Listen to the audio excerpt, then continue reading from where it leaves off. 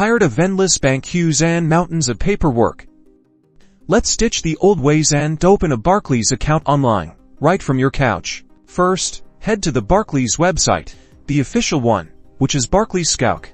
To avoid any scams, make sure the site has the secure padlock symbol in the address bar. Now, click on Open an Account or a similar button, usually found on the homepage. You will then be presented with different account types. Take your time to compare them and choose the one that best suits your needs, whether it's a current account, savings account, or something else. Time to fill in the online application form.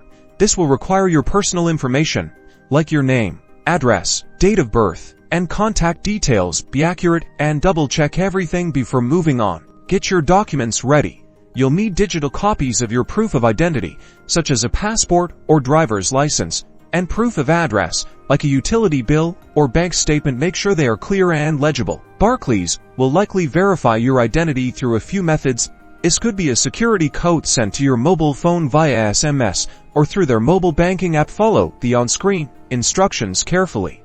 Once your application is approved, you'll receive confirmation and your account details. You can now access your account online or through the Barclays app and start managing your finances.